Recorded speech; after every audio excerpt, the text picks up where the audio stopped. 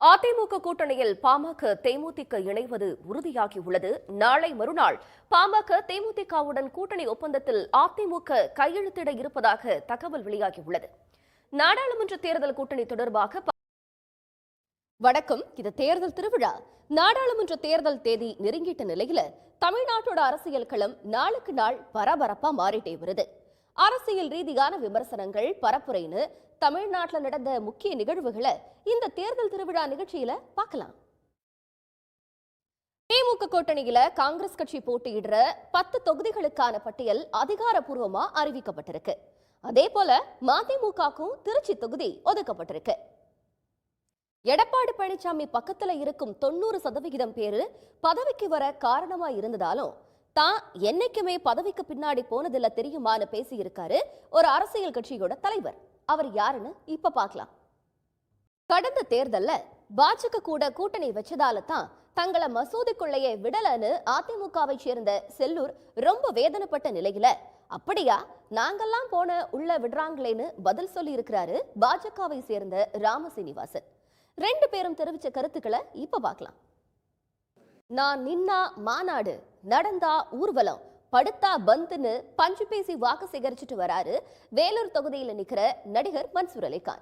அதிமுக கூட கூட்டணி கட்சி தலைவர் பொறுப்புல இருந்து நீக்கினதுன்னு பல விஷயங்கள்ல தொடர்பா அவர் சொன்ன கருத்துக்களை பார்க்கலாம். ஆளுநர் தானே அரசியல் பேசக்கூடாது, நான் அந்த பதவியை ராஜினாமா பண்ணிட்டு தேர்தல்ல நின்னு பேசிக்கிறேன்னு பதவியை ராஜினாமா பண்ணி இருக்காங்க ஒரு ஆளுநர். யார் அதுன்னு பாக்குறதுக்கு முன்னாடி ஒரு சிறிய இடைவேளை. தேர்தல் தேதியெல்லாம் அறிவிச்சிட்டாங்க. இதுக்கப்புறம் என்னால சும்மா இருக்க முடியாதுன்னு ஆளுநர் பதவியை ராஜினாமா பண்ணிட்டு அரசியல்ல குதிச்சிருக்கிறாங்க தமிழிசை சவுந்தரராஜன். அவங்களுக்கு என்ன, இந்த தேர்தல தோத்து போனா இருக்கவே இருக்கு குடியரசு துணைத் தலைவர் பதவின்னு கிண்டல் பண்ணியிருக்காரு அமைச்சர் அனிதா ராதாகிருஷ்ணன். தமிழ்நாட்டுக்கு வழங்க வேண்டிய பேரிடர் நிவாரண நிதியை போய் கேட்டா அதை இதுன்னு வாழைப்பழ காமெடி போல ஒன்றிய அரசு பேசி வர்றதா கிண்டல் அடிச்சிருக்காரு திமுக எம்பி ஆர் ராசா. அவர் சொன்ன கருத்துக்களை இப்ப பார்க்க. 400 தொகுதியில வெற்றி பெறுவோன்னு 420 நபர்கள் சொல்றதா விமர்சிச்சிருக்காரு நடிகர் பிரகாஷ்ராஜ்.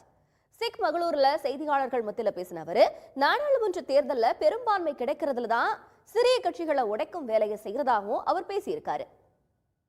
தமிழ்நாட்டுல திமுக தலைமையில இருக்கிற இந்தியா கூட்டணியில யார் யார் இருக்காங்கன்னு எங்களால சொல்ல முடியும். அதே மாதிரி பாஜக கூட்டணியில இருக்கிற கூட்டணி கட்சிகளோட பட்டியலை பாஜக வெளியிடுமான்னு கேள்வி எழுப்பி இருக்காரு காங்கிரஸ் கட்சியோட எம்பி கார்த்தி சிதம்பரம். கூட்டியால இந்துக்களோட எண்ணிக்கை குறைஞ்சிட்டு வருது, அதனால நிறைய பிள்ளை பெத்துக்கங்கன்னு பேசி இருக்காரு பாஜகவை சேர்ந்த ராமசீனிவாசன்.